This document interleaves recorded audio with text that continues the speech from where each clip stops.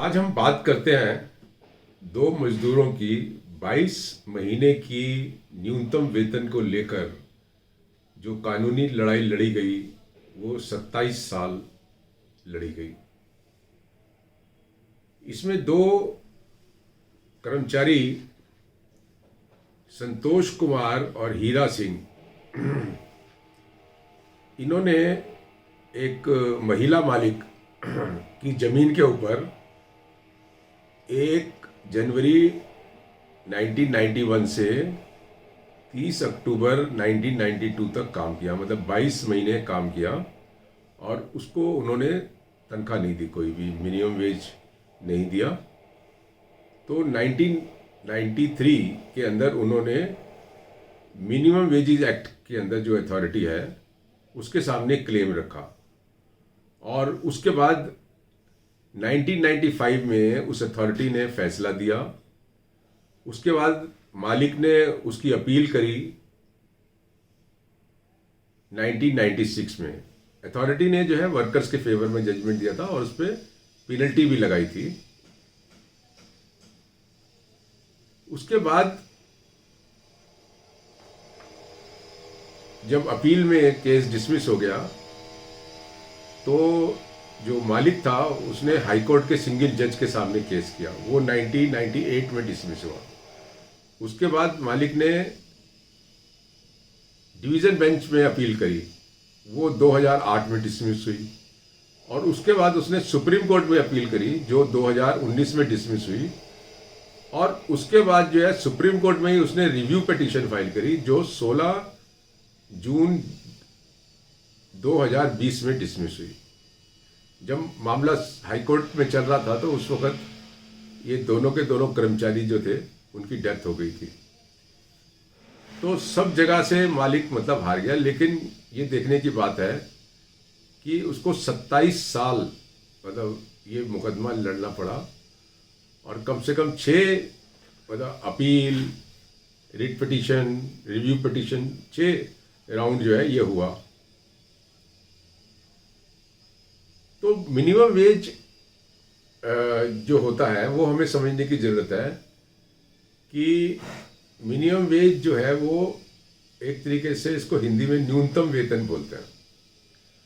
3 तरीके के वेजेस होते हैं जनरली, एक लिविंग वेज, एक फेयर वेज और एक जो है वो मिनिमम वेज। हमारा आर्टिकल 43 ऑफ द कॉन्स्टिट्यूशन जो है वो कहता है कि राज्य जो है, स्टेट जो है कोशिश करेगा इकोनॉमिक डेवलपमेंट के थ्रू कि लोगों को जो है लिविंग वेज मिले। लिविंग वेज जो है ना वो एक कंफर्टेबल पोजीशन की वेजेस होती है। उसके नीचे फिर फेयर वेजेस होती है और उससे सबसे नीचे जो है मिनिमम वेजेस होता है। और मिनिमम वेजेस को ये माना जाता है कि अगर ये नहीं मिले तो आदमी जिंदा नहीं रह सकता, मतलब जिंदा रहने के लिए मिनिमम वेज चाहिए। और ये भी कोर्ट्स ने कहा है कि कोई एम्प्लॉयर अगर मिनिमम वेज नहीं दे सकता तो उसके पास कोई अधिकार नहीं है कि वो अपनी फैक्ट्री चलाए। तो अब हमें ये देखना है कि ये मिनिमम वेज का क्या प्रोविज़न है जो इस केस के अंदर वर्कर्स ने जो है इस्तेमाल किया है। वो देखिए, ये मिनिमम वेजेस एक्ट है 1948 का है। और ये जो न्यूनतम वेतन है ये रूरल एरियाज में भी और जो नॉन रूरल एरियाज है अर्बन वगैरह उनमें भी ये फिक्स करता है। और ये सेक्शन 3 है इसका मिनिमम वेजेस एक्ट का, जिसके अंदर स्टेट गवर्नमेंट जो है ना इसको फिक्स करती है।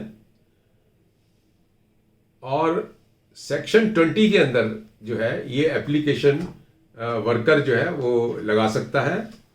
और इसमें ये भी है कि ये एप्लीकेशन जो है वो उसके कोई अथॉरिटी किसी के पास हो वो भी लगा सकता है, ट्रेड यूनियन भी लगा सकती है उसके बिहाफ के ऊपर। और इसमें ही प्रोविज़न है कि कोई अगर ये पाया जाता है कि एम्प्लॉयर जिसने मिनिमम वेज नहीं दिया तो उस पर 10 टाइम्स उस मनी का जो नहीं दिया उस पर एज ए पेनल्टी भी लगती है। और इस केस में भी मतलब पेनल्टी लगी।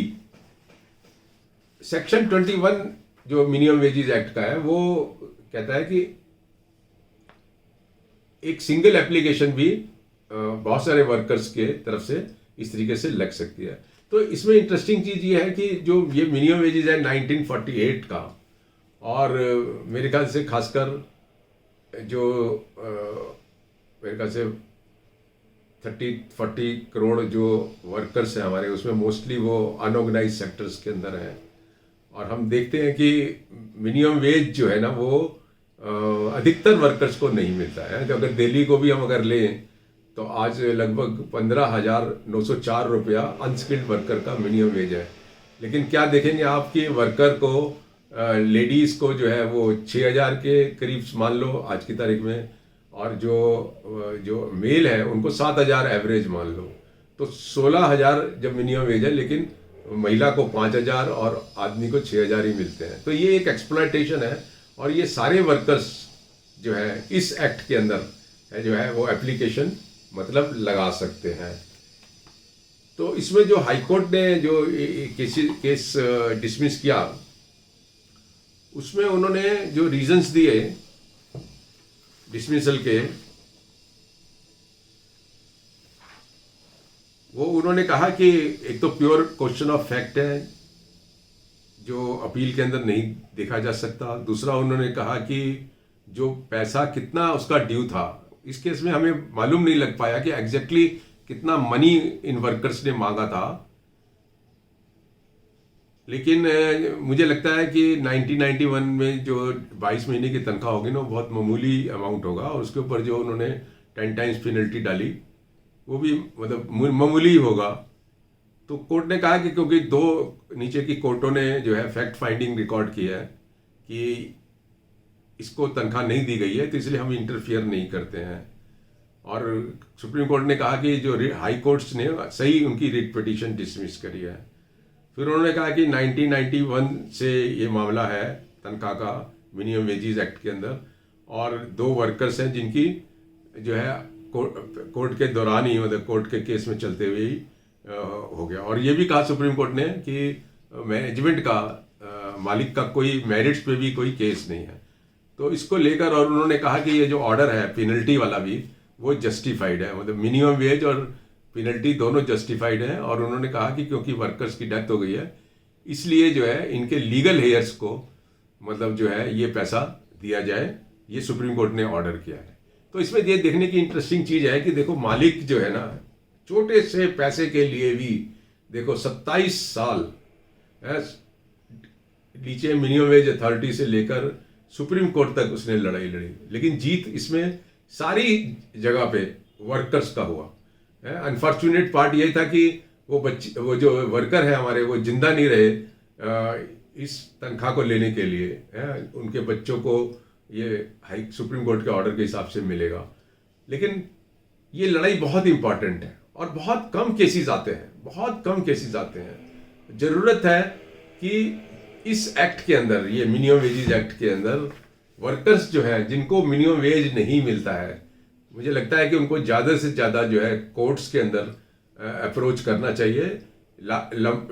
लड़ाई कितनी भी लंबी हो लेकिन जीत उनकी होगी, और एक वातावरण बनेगा जिसमें कि मालिक को ये पता लगेगा, एम्प्लॉयर को पता लगेगा। इसमें गवर्नमेंट भी एम्प्लॉयर हो सकती है, यहाँ पे प्राइवेट एम्प्लॉयर थी, कि अंत में उसको मिनिमम वेज उसको देना पड़ेगा। और इसमें एक चीज और जो इंपॉर्टेंट है वो ये है कि मिनिमम वेजेस एक्ट के अंदर जो पैसा ड्यू होता है मिनिमम वेज का, उसका 10 टाइम्स तक जो है पेनल्टी जो है वो अथॉरिटी लगा सकती है।